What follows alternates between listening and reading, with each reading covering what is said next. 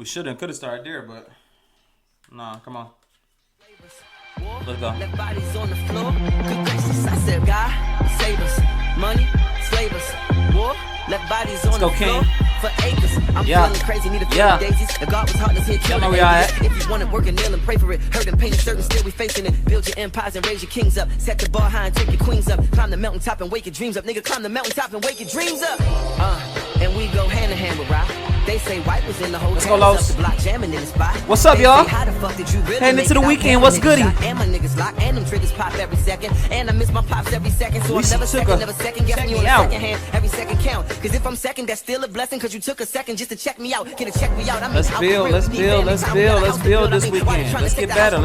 Need a doctor in the house for real. Dear Mr. President, if you're hesitant, your presence is requested in the midst of negligence to fix your residence. It's a message in our restlessness, trying to wrestle with being the lesser. It's time to start talking about voting too. Is everybody registered? That's the first step. Make sure you register to vote. This ain't nobody 20 or older talking to you. This young. This your homie. Make sure you register to vote. Money war. If Let's go, Los. Free, what we kill for money for. They say when it rains it pours, then it rain on the poor. So you ain't really rich if what's rich ain't in your car. Real shit, nigga. Guy, money war. Woo. Woke up early Sunday morning. Mama cooked breakfast, left a message. Give him a little bars. That motherfucker work. We need some rest, some stress, and heard some lessons and some extra work. I'm guessing you gon' say the world, but baby, get your blessings first. Just so happen when you rap, you got a section in your verse. Might sound crazy, but just maybe your protection on this earth. La la la la. Man, we ain't never had shit and never knew magic. Whatever people had, we ain't even have habit. I had to have passion and never had fast, and it's hard to have plans with a half-ass backwards. Where you living singing crack to the crack addicts. A nigga think he rapping, then we backpacking till he backtracking. Then he back on the block to get knocked off. Now the nigga backpacking. What up? Welcome to the Keep It A Buck podcast. I am excited for this episode. My name is Sonny. Let me not forget to introduce myself. And also, y'all know the deal. Shout out to the YouTube viewership. Shout out to Apple, Spotify, Stitcher, the people who just follow on the social media networks, Instagram, Facebook. Thank you for following the Keep It A Buck podcast. Thank you for your constant emails. Thank you for your communication. Thank you for your thoughts. Welcome to the show. How are y'all doing? How we doing? We keeping it a buck? How many of y'all been keeping it a buck, though? Like, with yourselves? Y'all know, I deal with other people and all that. But I really want to know, have you been keeping it a buck with yourself? Have you really been keeping it a buck with yourself? And your boss and your father. And you know who your father is. It's the big homie. Jesus is my nigga. Y'all good? We good out there? All right. We're going to go into this weekend, man, and do something great. Hopefully we have some stories when I come back Tuesday. We have some stories. Maybe I have some testimonies, whatever. But I know we're going to do some great. Somebody who's listening to this is going to do something so dope, so amazing this weekend. And I'm going to tell y'all about it. I don't know which one of y'all is going to be. But I just got a feeling that somebody's going to receive something or something going to happen dope this weekend. And I'm going to be able to share with everybody. So whoever you are, keep going, because it's going to happen for you. Y'all know what time it is. You play too much. This portion of the podcast is sponsored by, I know this young man individually. He definitely played too much. Cooking with Chef Tree. This portion of the podcast, You Play Too Much, is sponsored by Cooking with Chef Tree. I know him. He's a hard-working chef, man. All of his meals, he put time and dedication into them. Y'all check him out. He have sales and he have things that he do on the weekends. But this portion of You Playing Too Much is sponsored by Cooking with Chef Tree. And you can check him out on the gram at Tree Whopper. That's TreeWhopper. Cooking with Chef Tree. You play too much. You play too much. That's your problem. You play too much. Y'all don't know how many times I heard that in my life. I don't think that's my problem, though, but maybe it probably is. That's probably my problem, but I don't think it's my problem. I definitely play too much. And this is a segment, You Play Too Much, where I let y'all know, I give y'all a story where I did something or somebody did something where they was playing too much. Let's see, what's today? Okay. So, this is years back, man. Lord knows how you win this now. But my homeboy, we was in Detroit celebrating my homeboy birthday. I had a crazy night the night before, you know what I'm saying, going out. We got a hotel down there. It was like maybe 5 or 6 of us. Me, my 2 homeboys, and, you know, a bunch of chicks. So, after that night, this is in the afternoon or something, we did something. We decided we're going to stop, grab something to eat or whatever. Couldn't really find us. We just ran by Wendy's or whatever. Went inside to eat, you know what I'm saying, there was so many of us. So everybody was ordering. I remember we was having such a good time. I can't remember, was I? No, I don't think I was there. But we was having such a good time. Everybody was having a blast, you hear me? There's 3 dudes, 3, 4 girls. We having a blast, dog. Everybody got along great the night before. Everybody having a blast. I go up there, put my order in. Yeah, let me get number 3 without mayo. Boom, finish my conversation. So I'm maybe like 3rd ordering in line. Then everybody else is ordering. But I realized the sandwich that I ordered, that number 2 or whatever that I got, was spicy. And I ordered the spicy chicken. I don't like spicy food at all. But I don't really like returning my food and all that and complaining. So once I realized I accidentally ordered the wrong sandwich, I'm like, what I'm going to do? Then I got to listening to other orders. Bam! Found one of the chicks who was with us. She got the regular chicken sandwich meal. So now, all I had to do was inconspicuously switch, because you know they bring it out. They put your food on a tray at Wendy's. They put your food on a tray. They don't even say your order number. Your stuff ready, bro. So all I had to do was inconspicuously switch trays with her. But it's 7 people, so it's gonna be kind of hard to do that. But anyway, they start, bringing the food out, putting them on the trays. Target acquired. Mine been sitting there. You hear me? I was one of the first ones to order. Mine been sitting there. I see shorties. I make my move. I say something like, they got ketchup and stuff over there? Everybody looks, grab the tray. Cool. I'm thinking, cool, I did what I was supposed to do. I got it done. Not so fast. So now we in the middle of eating, everybody having a good time. I'm like, dang, she ain't noticed I should be good, but she ain't said nothing. We 10 minutes into the meal. Turns out she like to eat her fries first. Man, about 2 or 3 bites into the sandwich, when I say she was so loud now, the sandwich is it's really hot. I mean, she acted like she had cayenne peppers. Oh, it's really hot. It's really hot. Her friends are worried about it. Did you order this? Did you order the spicy, girl? You know you don't like spicy. No, I didn't order the spicy. Is anybody else sandwich hot? Who else got the spicy? My chicken sandwich is good. Niggas like, somebody said this. Didn't you get the spicy? I'm like, nah. Hell no. I don't even like spicy food. She was just over there. It's really hot. But the whole time, I didn't say nothing until like maybe 6 months later. I told my homeboys, hey, I switched sandwiches with Shorty. So if I order something spicy around you, don't be surprised. Watch your food, because I might switch it with you. I play too much. And then a short, why you do that, this is for the parents. Why you don't ever finish your sentences when you talking to your kids, when you getting mad at them? If you don't put that, if I have to come back there, y'all know I'm not playing with y'all. Every time I come through Ronnie, when you mad, you never finish your sentences with your kid. You think I'm lying? The very next time you upset with your kid and you gotta scream, whatever you just said, because you're gonna say it non-voluntarily. So whenever you say it, think back like, what I just said to that nigga? You never finish your sentences, and I don't know why. That's why kids don't listen. All right. Matter of fact, let me dedicate this right quick. I'm gonna dedicate this whole episode to the big homie, Nipsey. I ain't gonna spend too much time on it, but he's been such an inspiration in my life of just trying. You know what I mean?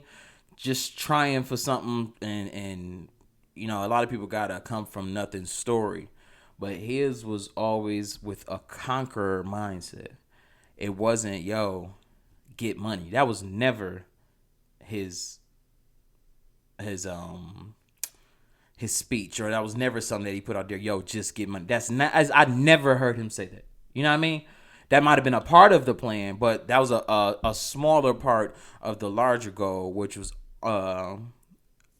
honestly to eventually own, to distribute, to be at the top of the mountain, not just to compete. So I want to dedicate this episode to him. And this episode is striving for second. And I feel like a whole lot of us spend our lives striving for second place, right? And I'm basically saying that we don't really give no effort. And a lot of the stuff that we do. So when you were younger, you wanted to be this. And let's stop saying that. Let me just pause.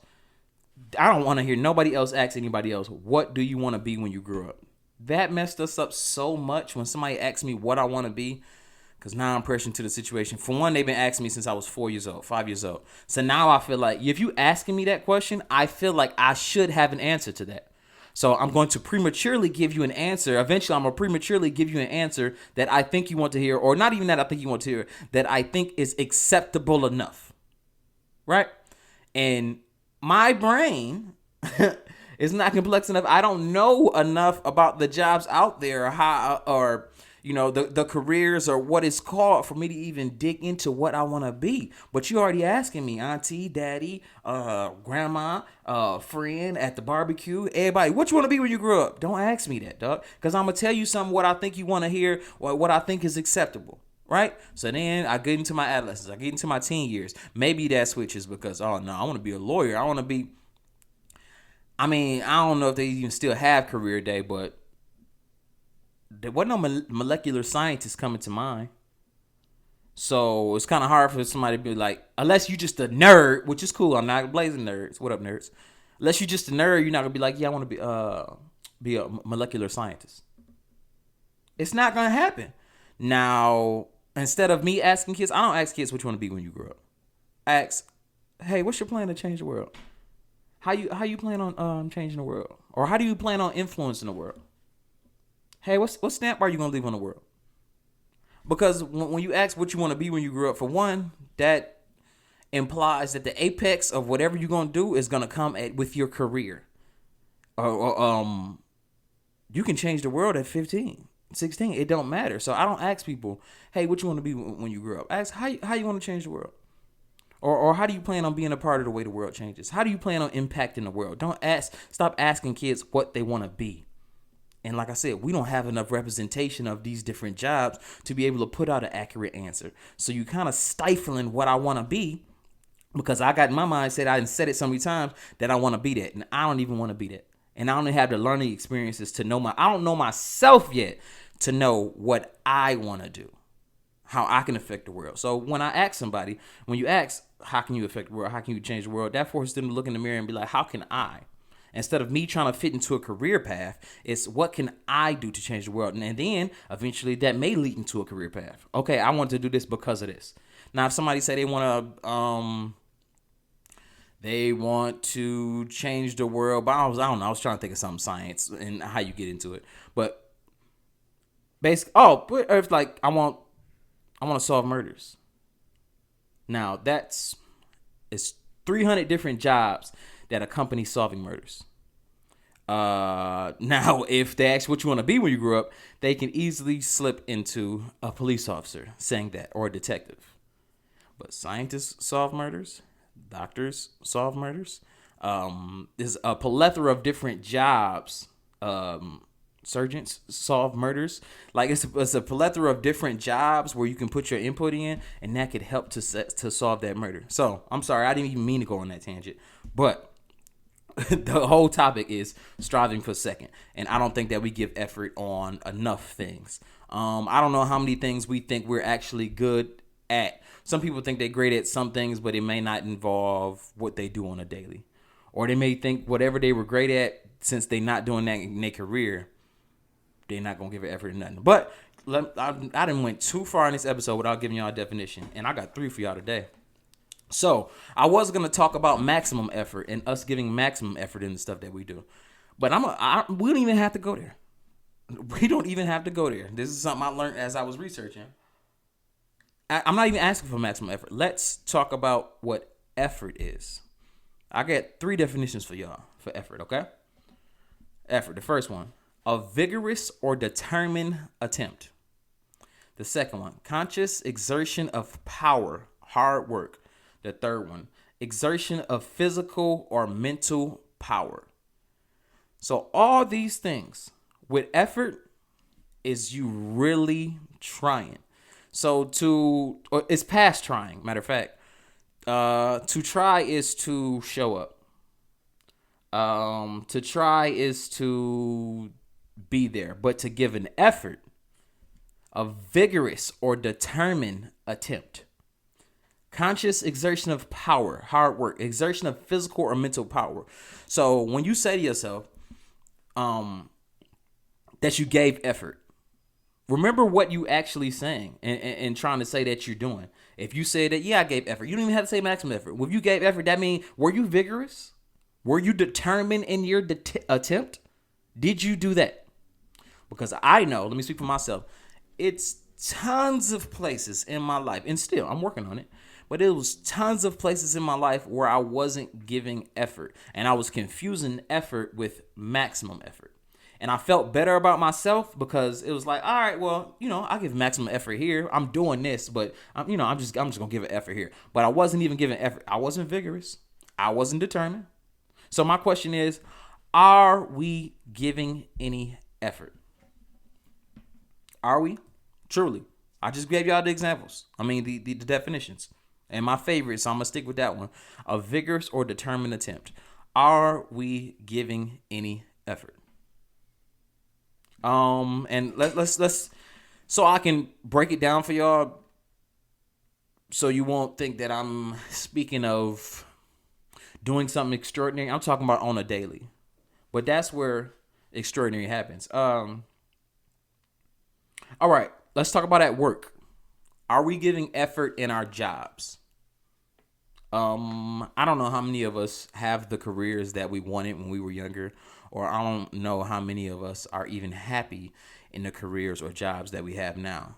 But nonetheless, I'm asking you, and I want you to answer verbally. Y'all know what type of cat I am. So I want y'all to answer this verbally. Are you giving effort at your job?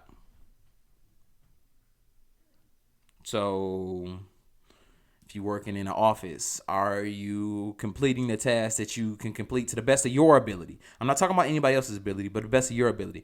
If you're a stylist, are you completing the hair and the styles rather, to the best of your ability? That includes the knowledge and the foresight to create. So are you doing what you can do to put forth effort? Are you making a vigorous or determined attempt? Because if we've been doing the job for a long time, it's easy to come in and do it because it's muscle repetition. You know what I mean? We're just doing the same thing over and over. And I did it Monday, so I'm going to do it Tuesday. But are you putting forth effort? In that, let me say, so are you trying to be the boss? If you at a place where and I went through a period of, I first got a job at the company. I stayed with this company 9 years, I think. Didn't think I was going to be there longer than a year, 8 months to a year. I said, I'm going to graduate. Once I graduate, I'm blowing this popsicle stand. I didn't even start my 401k because of that idiot. But anyway, I'm like, I'm going to be here 8 months to a year, and I'm going to blow this popsicle stand. So I wasn't giving my best effort because I felt like there was no need to. I was in school. I'm going to give my best effort in school. I'm going to give an effort in school. I'm going to show up to work. I'm going to do the job according to the job duties. Now, when I say, are you giving effort, you could be performing at your job and not performing under par. You can be right on par with what they ask you to do, but that's not what I'm talking about. And none of this, I will be talking about your job description or what is expected of you from somebody else. I'm talking about the effort from within, right? So are you trying to be the boss? Where you at? Why not? Why are you not trying to be the boss where you at? I'm not saying be the boss tomorrow, but you give at least 40 hours to this place if you work full time. If you work part time, salute. I don't know how you get it done, but if you work full time, you giving at least. And let me throw the commute in there. So let's make it 15 minutes each way. So at least 45 hours a week. 45 hours out your week you committing to this job. So no matter why you're there, I don't know how you got there, how you landed there. Are you trying to be the boss there? And if you are not, why not? Now, if that's something that's just like, that's too much for me. If you're a little older, whatever the case may be, and you feel comfortable, okay, cool. You keep giving effort in your job. You don't know what can come from that. But God gave these two hands. God gave us free will. God put so much into us. And that's the basis of the whole thing for me. And where I had to check myself at. I think I am a smart young man. I think that I'm a intellectual who speaks highly. I think I know how to speak to different people. I think I'm affable. I think that I am able to break things down easily for people. I think that I am a leader, and I think I bring people together. That being said, why would I do all this, come to work and do all this, and not try to be the boss? Like, why not? Why am I going to spend so much time doing all this and not be the boss? So, like, God gave me all these abilities to come in there and do the job, but it's like, hold on. It's like him making Usain Bolt as fast as he made Usain Bolt. And I think 9.58 seconds was what he ran the 100 meters in. And I think the second place time in that race may have been 9.8. No, maybe 9.9. Whatever the case may be. That's like him. Instead of him running that 9.58 with the gifts that God gave him, he came out and he won. He won the race. He'll say he ran a 9.88. He won the race, but God gave him all that, and he didn't put forth the effort because that would have been a vigorous or determined attempt. He just went out there and he ran. I promise you, we wouldn't be talking about Usain. You wouldn't know, and you, especially you, young lady, you wouldn't know who Usain Bolt was if he didn't put forth an effort through those natural abilities that God gave him. And I'm not saying that he didn't have to work. Of course he had to work. But you would not know who Usain Bolt was. So even let's take somebody at the heightened level, right? We talking about something that you maybe don't want to do. It's just it's a job. It's something for you to put food on the table, roof over your head. But let's talk about at the heightened level of somebody who wants to do something. This is their career. They love to do this. They want to do this. Even without effort, they would not be able to be the boss or be number one if they didn't put forth effort. That is a vigorous and determined attempt. And that doesn't mean that the people who got in second and third, that they also didn't give effort, right? So there can only be, you can run for mayor and lose the race for mayor and still have gave your best effort and learn, and it still can put you in a position for your future. So don't get putting effort forth mistaken with always being on top. It's not going to happen. And that's a part of that process. And that's a part of what helps the effort. Exertion or physical or mental power. God gave us all these tools, but when it don't work, that's the mental power. When it's not working the way we think it's supposed to work, that's the mental power. So I'm asking you at work, in your job, are you trying to be the boss? Are you putting forth effort? Right? All right, let's go to relationships. Are we putting forth effort in our relationships? Remember, I'm not talking about maximum effort. I'm not asking for anybody to be the perfect boyfriend or the perfect girlfriend. That's not going to happen. But we did talk about confrontation in relationships last week. And you or was that this week? Yeah, earlier this week. And you definitely not trying to be the best if you're not confronting things within and confronting things with your partner. But anyway, so relationships, not trying to be the best you. Not striving to be the best boyfriend or girlfriend. Not searching for the resolutions or the growth tools. Okay? So you can be in a relationship right now and everything can be going fine. That wasn't the question. Are you putting forth effort in your relationship? Because there's plenty of people out there whose relationship is going fine. But are you putting forth effort? And let me think. So a relationship lasts a long time, right? So think about this. Think about just, let's take the Atlantic Ocean, how big the Atlantic Ocean is. It's sometimes some people are just wading in the water on the beach, swimming in the Atlantic Ocean. And at the same time, somewhere in the Atlantic Ocean, it is so much turmoil in a storm going on. 10-foot waves. Enough to flip a boat over, enough to derail a cruise ship. This is the same ocean. Just like a relationship can be going fine now, but it's long distance. And whether you know it or not, the stuff that's happening in the water where they waiting, all that stuff that's going on there is affecting that storm side. So how we think it's so it can be going okay right now, like I said, but that don't mean that it won't affect the storm. And that's going to determine what type of storm or how you can weather that storm. Because it's the same ocean. Let's not forget. But you can't see that far what's going on the other side of that ocean. It's the same ocean. So it's the same relationship. But if you don't address the things now, so if you don't put forth the effort now, you just keep waiting. Because it feel okay, right? When you're on the beach and you just wading in the water, it feel all right. You know what I mean? You first get in, it's a little cold. But then you in there, you got that sun on you. Sand on your toes. It feel all right. Now imagine if we pulled up to the beach. Let's go, nigga. Woo! Hopped out the whip. 10-foot waves going. Who gonna be the first to jump in there? You're not, right? Now you ain't gonna want to have nothing to do with the ocean. The same ocean where you was going looking to feel good. Because it was comfortable. You ain't gonna want to have nothing to do with that ocean. The same ocean, right? So it's just like that in a relationship. It can be going okay right now. But if it's just going okay without effort, once you get to a storm, so it's up to y'all to determine what type of storm that's going to be and how you're going to get through that storm. And I guarantee you, if y'all just going by right now, just coasting just because somehow it's just, yeah, we work out, you know what I mean? Boom, boom, boom. You're not saying how you feel. She's not saying how she feel. You're not saying nothing, so she's not putting forth effort. She's not saying nothing, so you're not putting forth effort. Yeah, y'all right here. But when it get down the line in that same ocean to that storm, you're not going to be able to sustain. Because let's just say we all got that same ocean, right? That storm ain't nothing to play with. And if you don't do nothing beforehand and priorhand, nobody's going to survive that. Or nobody wants to be in that situation. Nobody wants to be there during that storm. But if you put forth effort, some of these things from the storm you didn't see before. Right? Or you might be able to forecast and see those coming.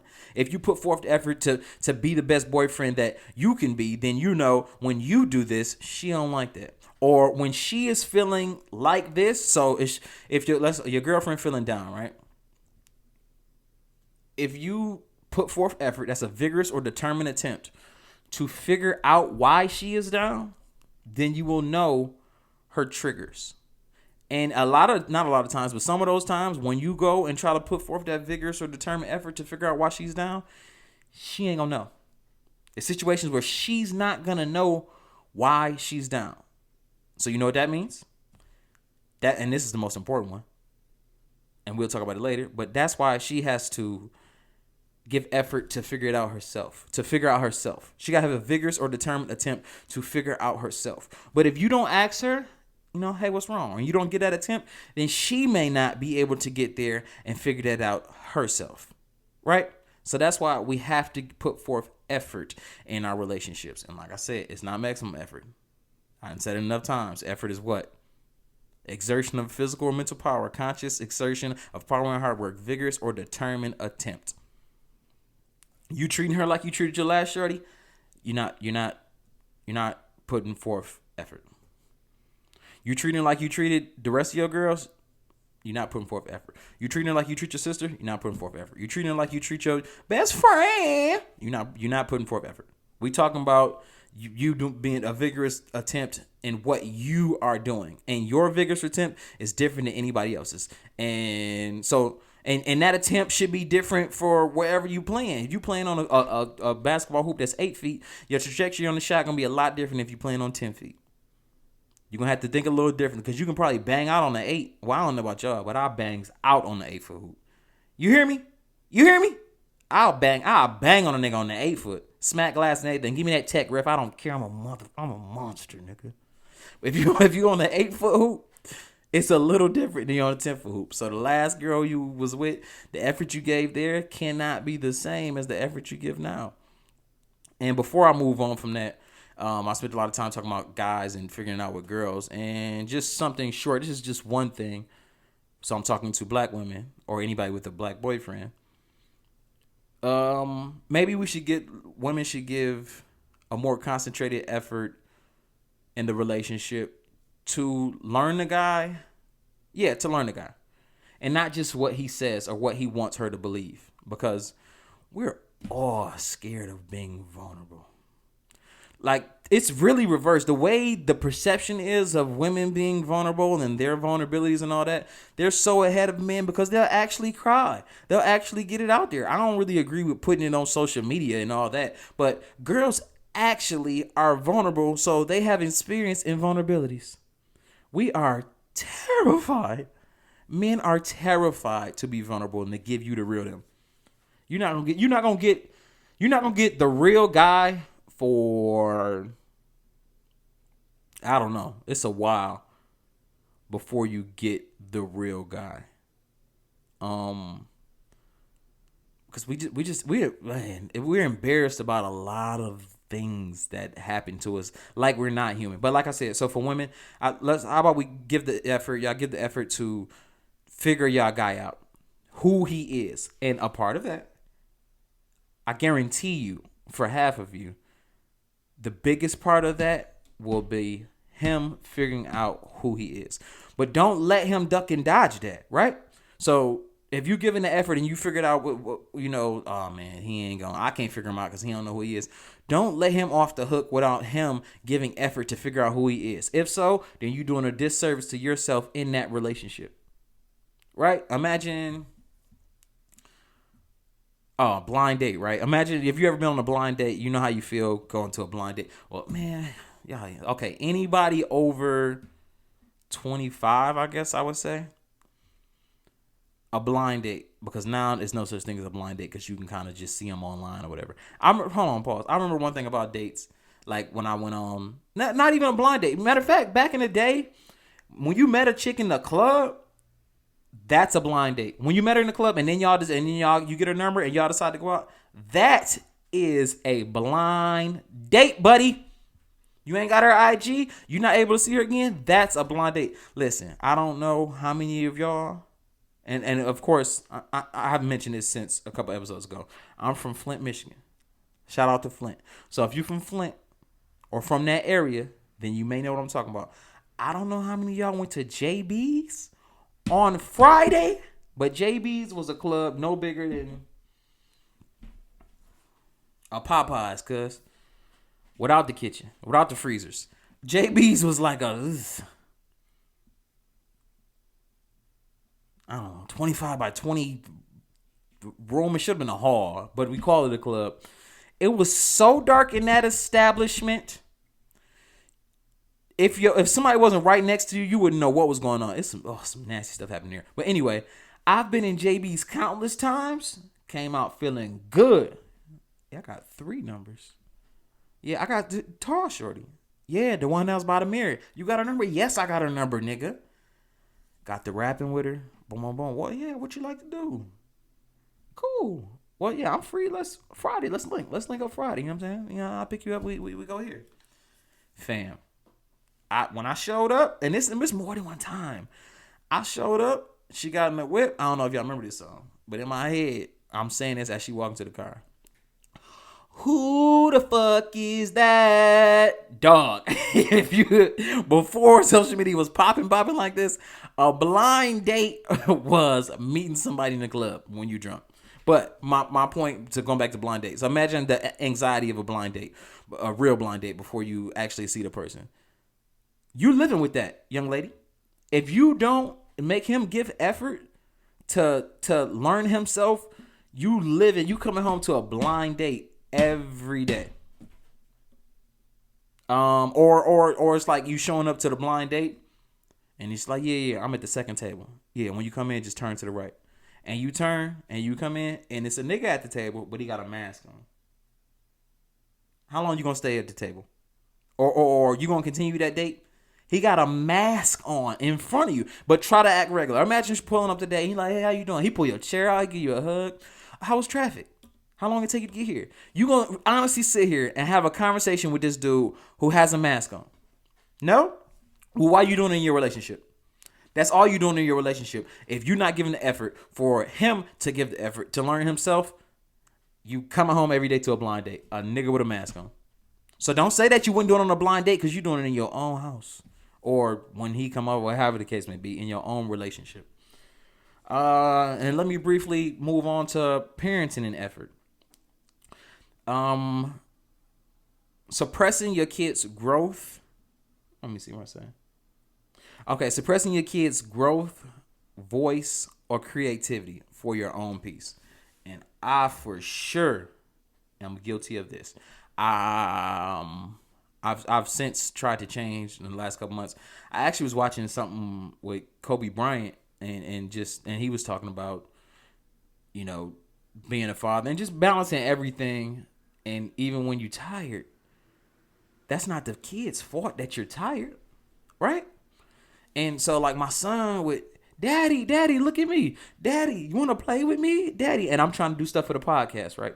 I'm trying to get all this stuff together. I got meetings. I got shoots here. I got this. I got to figure this out. I got deadlines. And I'm like, Caleb. And now I'm getting so frustrated. And I'm not yelling at him, but I wasn't putting forth a vigorous or determined attempt to be his father and to help his growth, to help his creativity. I was suppressing his for mine. Because this is something that I felt like I had to get done. Now, it is something that all that stuff that I said is something that had to be done. No. It's stuff that needed to be done. But what has to be done for me is for my son to grow. It's for my son to know he has a voice. It's for my son to have ultimate creativity. That's what has to happen. So I was flipping. I was giving effort, but I was only giving effort to what I wanted. And as a parent, that can be the only thing you give effort to. Now, don't get me wrong. I'm a firm believer in self-preservation. And I say some things, some people look at me a certain way like, that and your kids? Nah, I'm more important than my kids. To me. Sorry. I'm more important to myself than my kids. Before y'all trip out, I can't be their leader. It's not just somebody in the house who provides, and I can't be their leader. Whether you know it or not, your kids learn from you every single day. I do like, it's innate stuff you don't even know. So sometimes I think my son reincarnated because he makes this noise and I make this noise, but my dad used to make this noise. Like just out the blue, just getting up anything, dog. Like your kids learn from you every single day. So that's a must that I pay attention to his growth, to their voice, to their creativity. The same thing with my daughter. At times I would try to be her dad or like her not even her leader much more than like her king or like a dictatorship, but just to kind of put my foot down and like that's what I thought parenting was. Figuring out what's going on, teaching this, making sure you do this, instead of the other part and the most important part of parenting is just letting them grow. So like I had to realize, and I'm glad I did this. I realized this a couple of years ago, but I had to let my daughter have her swag. like I felt like it was a point where she was like hiding her swag from me. It wasn't nothing crazy, but it was just the guy who always preaches this, and he only asks me about this, and he making sure that I clean my room, and he's correcting my speech, and this and that. But like I wasn't being so. Like my dad was my big homie and he was my dad, but I wasn't being big homie enough to like, you gotta be able to be yourself. Cause I don't want you to leave up out of here, up out of this crib, then feel like now you gotta go be yourself. Cause now you're on a timer, right? So I only got so long to be out the house to be myself. So now you're gonna put it in the extra drive, right? But I had to let my daughter, I had to give the effort to be the big homie, to make my daughter comfortable enough to turn your swag on. And my daughter's swaggy. She don't get many B's. She always been on the honor roll, mad smart, but she's swaggy. My daughter got swag, but now we talk about outfits and all that and go back and forth, and she'll come, well, what you think about this, Dad? Well, if I kill him like this, then boom, boom, boom, boom. And like we laugh, like she used to didn't dance in front of me and all that because it was just like a dictatorship type environment. But that's because I was just trying to be the best parent. But that wasn't me. That wasn't really me putting an effort. My effort, a vigorous or determined attempt, would be me learning first. As a parent, you learn on the job.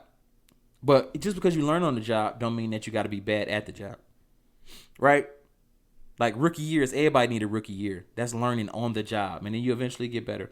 But for parenting, we got to just make sure that we putting forth that effort. And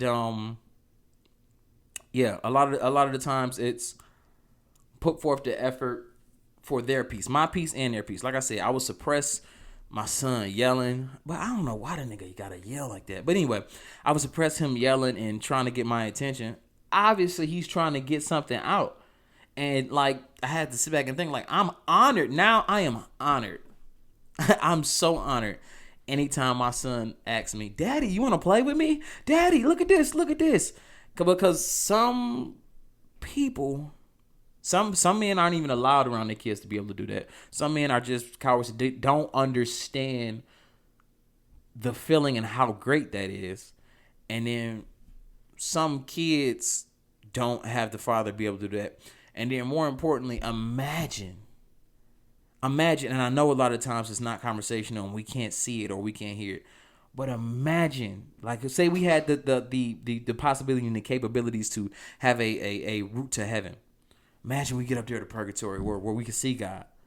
God just over the fence. God doing whatever, doing his God stuff, fixing the world. God. He don't hear you. See Jesus. Jesus. Hey, Jesus. They look at you and just keep going. Or they tell you, hold on. Imagine you calling out for God.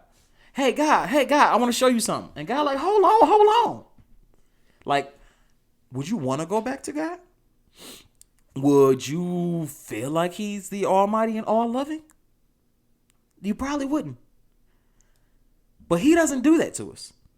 So if your dad doesn't do that to you, you should not be doing that to your kid, dog. That's plain and simple. So let's just make sure that we're putting forth the effort to let our kids grow, to have a voice, and to expand on their creativity. And that goes back to my whole point about what you want to be. Instill in your kids from an early age that they can change the world. Instead of they can be a worker. Just don't instill to them, hey, how do you want to be a part of the workforce and pay taxes and go to work every day? How do you want to do that? Nah, nigga, I don't want to do that, nigga. I don't want to do that. That ain't what I want to do. If somebody had to ask me earlier, like, hey, yo, how you gonna, you got a good personality, you can talk. Hey, how you gonna change the world, cuz? You need to start thinking about how you can change the world. If that had happened to me, then I wouldn't have went through the dumb phase of thinking I wanted to be a veterinarian. Are you crazy? I want to be no vet, nigga. But let's just make sure that we're doing it. And that leads me to, I think, the most important part when we talk about effort within. So within ourselves. Self-awareness. So self-awareness, I'm just going to give a small definition. Conscious knowledge of one's own character, feelings, motive, and desires. Self-awareness is the conscious knowledge of one's own character, feelings, motive, or desires. Right? So we got to put forth effort to have a conscious knowledge of our own motives and desires. Because nobody knows our own motives and desires. They can do some investigating and put some pieces together and get close to what they think the motive and desire was. But if I don't tell you what my motive was, you don't know it. You can't tell me why I did something. You can't tell me what I was desiring. You can't tell me. I'm the only one that can tell you. I'm the only one in the world. Sonny is the only one in the world who can say Sonny's motives. I don't care who you are. My best friends, Troy, Chris. It don't matter. They can't tell you my motives. They can guess. And they can give an educated guess of something that's plausible, but they can't tell you what my motives is. Only I can tell you my motives. Right? And so with self-awareness, I call self-awareness, and I don't think this is a word. I think I made it up. Mono-educational. Right? To be self-aware and our self-awareness is mono-educational. And that is a knowledge that can only be taught and received by one. Right? Mono-educational.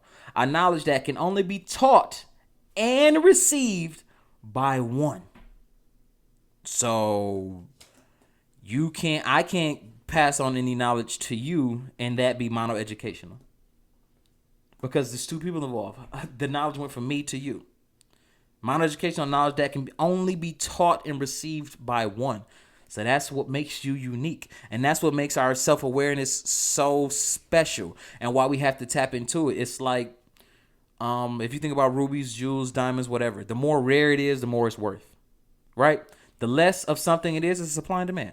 The less of something it is, the more that it's worth because it's unique. It's a delicacy. And what I'm talking about, this amount of education, this self-awareness of you, it don't get no higher. Numero uno. It's just you. It's just yours. Like, I ain't talking about Einstein. I ain't talking about Malcolm X. I ain't talking about Obama. I ain't talking about your favorite singer. I ain't talking about your mama. I ain't talking about your brother. I'm talking about your amount of education, your self-awareness. You the only one who can teach it and receive it. So why leave something like that? Why not investigate something like that? And you have to know something exists to have awareness of it, right? So we talking about self-awareness.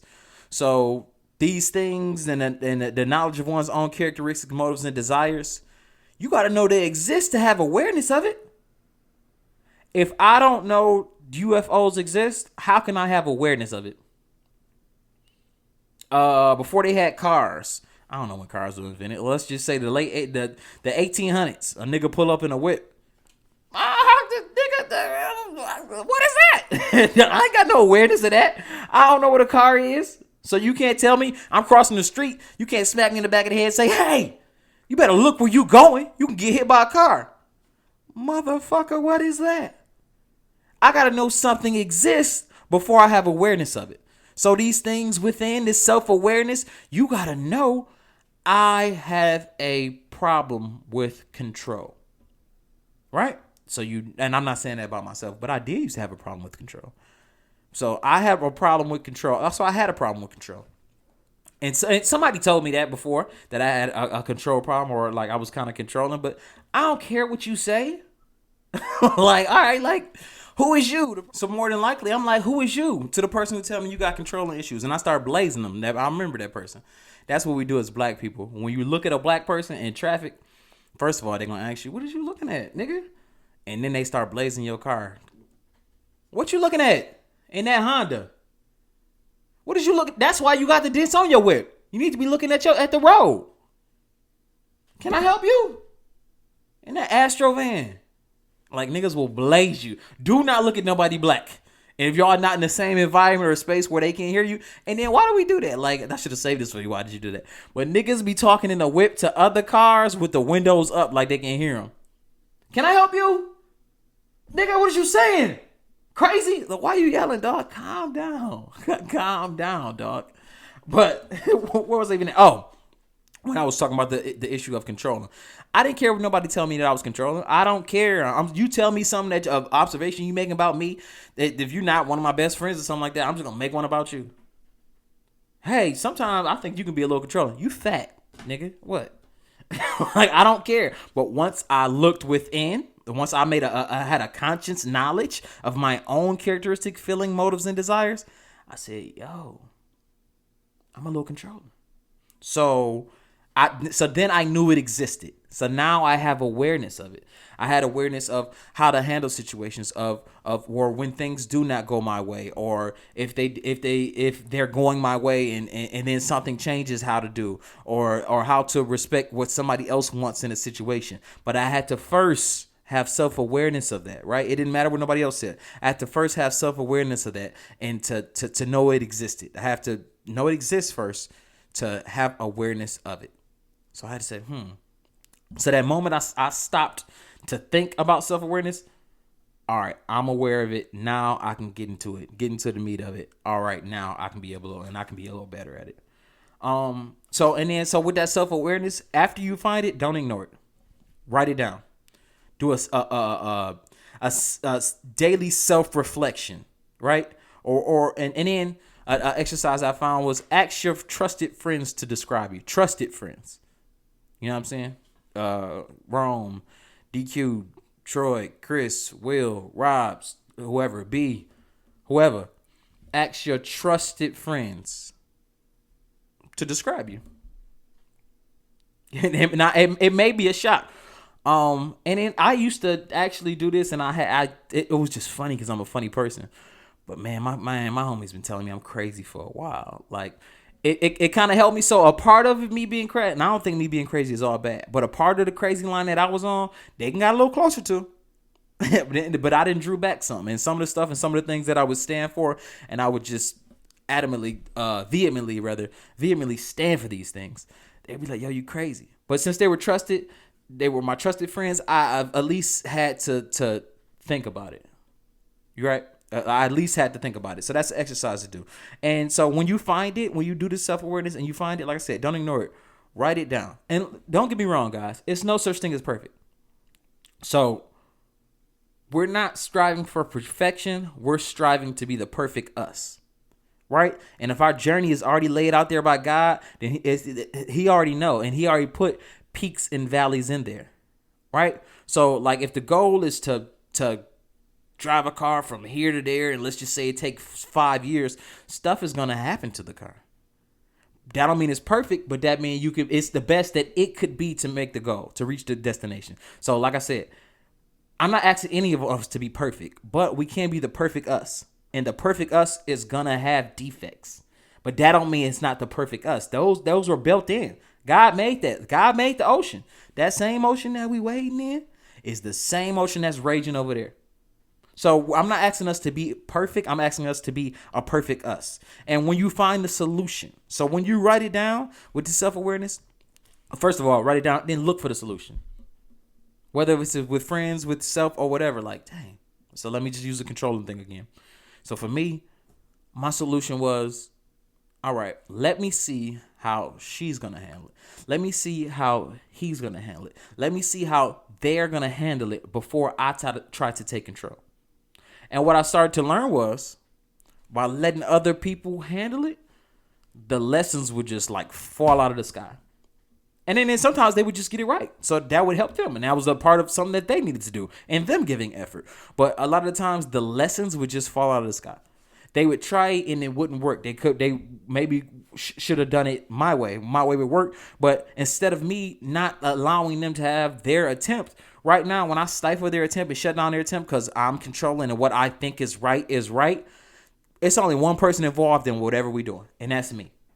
Right? Now the other person don't even want to be involved in it because y'all just shut down what they had going on because my idea is obviously better. Well, how you know, Sonny? How you know your idea better? You ain't in their mind. Now, it might sound when they put it out there, but they might not be able to articulate it like that. When they put it out there, that might not sound like the best idea. But let them try. If it don't hurt, let them try. What you gonna get mad for? So that's something I had to do. That was a part of my solution. My solution was sitting back and letting other people do what they felt was the right thing first. Now, I'm still there to help, to correct, for us, or support when it is right. But take a step back, Sonny. So that was a part of my self-awareness, me giving effort. So let me back it up. The giving effort, like I'm saying, just striving for a second, because I think we do that too much. The giving effort portion for self, which is the most important part to me, is self-awareness. You have to give the effort to want to have a conscious knowledge of your own characteristics, feelings, motives, and desires. The effort, let's go back to effort. A vigorous or determined attempt, conscious exertion of power or hard work, exertion of physical or mental power. Do that to figure out your own knowledge of yourself. That's the effort. And then once you do that, find the solution or search for the solution. And I just want to give a caveat. The solution is not going to be right there in front of you. If it was, then you wouldn't have had to have that self-reflection, right? And be aware of it. So the solution is not going to be right there. That's a part of what makes you up. Right? It's not going to be there. So you have to search for that solution. And if you give it effort, you get that vigorous or determined attempt, I guarantee you'll find a solution that works for you. So you won't be perfect, but you can be the perfect you. Oh, what I put right here. Yeah, always kill. Always kill. Wherever you do, go into kill mode. Anything my daughter do, and I try to be a little less harsh on her, but anything she do, I don't care. When she first started basketball, okay, you're gonna give effort on this. You're gonna give maximum effort. She wanted to run track her freshman year. I did not let her. I didn't let her because she's always been on the honor roll. She's never been in too much trouble. So she never really had to try at anything. She's just naturally good at everything she's do. She's relatively tall, or you know what I'm saying, she's not short. She got a little weight to her, so like so she got on the basketball court and it wasn't that hard. She's smart. She learned the angles, so I'm gonna get here, I'm gonna get there, I'm gonna beat that person there. But she never had to give any effort. So instead of me letting her run track, I wish she would have eventually done the same thing, been good, because that's just a part of her, she still wouldn't have had to give that vigorous or determined effort. So I said, no, I want you to show me that you can give the effort in basketball. And boy, did she show me. In that time, since that time, and it's been less than a year, she watches more basketball. And it's not for me. I try to make sure that she don't do those things for me. But she asks for basketball books. She watched WNBA. She hooping all the time. I'm about to go to the gym. She don't ask me, Dad, or I don't be like, hey, when last time you been to the gym? Hey, I'm about to go to the gym. When they first started conditioning and going back and forth, she's like, no, all we do is ran a couple miles. She don't even know. But back then, before she get that effort, she'd have been tired like everybody else. But now she's in the front of the pack. But anyway, always kill. Everything you do, I'm going to leave you with that. Always kill. You got the ability to, whether you're supposed to be there or not. They didn't think that you can make it or not. There's plenty of people who are not supposed to be in the NBA because they said they ain't supposed to be in the NBA. They got to somewhere where they weren't supposed to be and they killed. So always kill. No matter what you do, always kill. You a manager at McDonald's, run the best damn McDonald's in America. Always kill.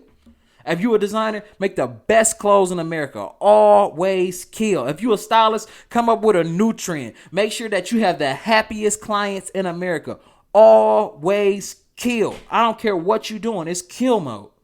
Always kill. We're not striving for second anymore. All right? All right. Crew handshake. No, I ain't going to give it up. I don't do that. I ain't going to get a crew handshake over it. All right. Another one of my favorite segments, and this is actually what I spend the most time with preparation on and for the shows, and I actually learned a lot, so I'm glad I introduced this, and that's U.S. history. In today's U.S. history, we're going to cover my man Garrett Morgan. A lot of you know him for inventing the traffic light, but that came later. So Garrett Morgan, where was Garrett from? Cincinnati. Garrett Morgan, born 1877, died 1963, Cincinnati, Ohio. He had a 6th grade education, right? So he wasn't supposed to get all this done, but always kill mode. He put forth effort. He put forth his best effort. That's a vigorous attempt to use his brain. He came up, I'm about to tell you everything he came up with his 6th grade education. In 1907, he opened a sewing shop. And in by 1912, and his sewing shop was going good, profitable and everything, but it wasn't enough for him. So in 1912, he created the safety hood. Now, I don't know if y'all know what that is, but so firefighters wear it when they go into places, still to this day.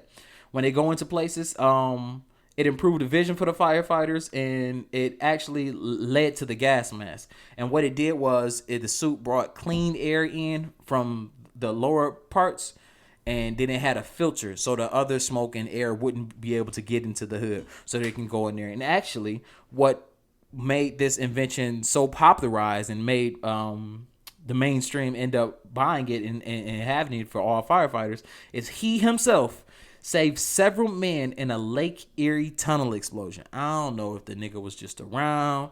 He had a police radio. I don't know how you're not a firefighter or a member of a safety team and you show up with a suit on and save firefighters. He was saving firefighters from the tunnel with the suit. And they're like, oh, man, that's a badass suit. What is that? So that's eventually how it came to fame. And like I said, that invention led to the gas mask. So like think about his invention, period, to save lives. This man with a 6th grade education, being the best him that he can and putting forth effort. His invention to save lives went on to do so much. And so just what he did in his invention was so influential in the world, in the shaping of the world for different time periods and for different wars. You look at a lot of war footage from World War II, right? World War One too.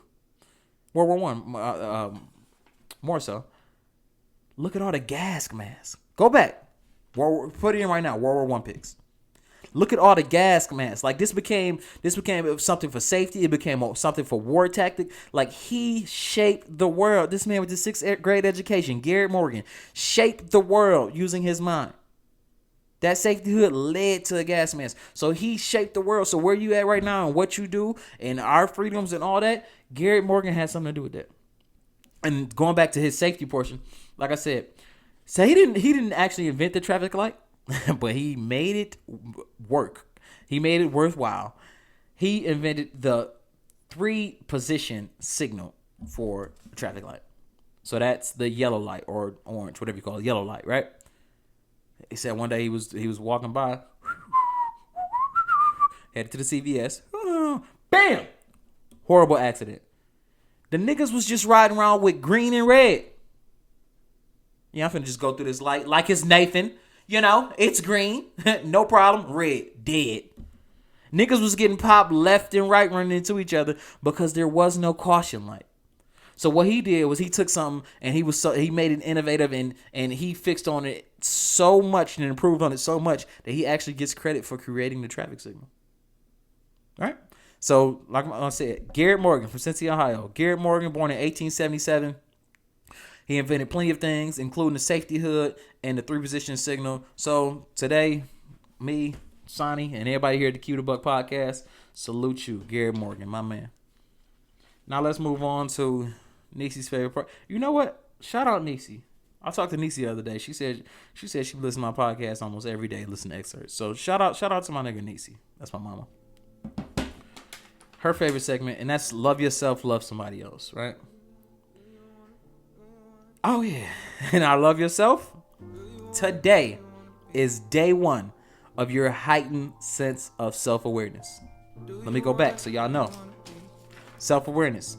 Conscious knowledge of one's own character, feelings, motives, and desires. Today is day 1 for you. Day 1, not tomorrow. Today is day 1 for you.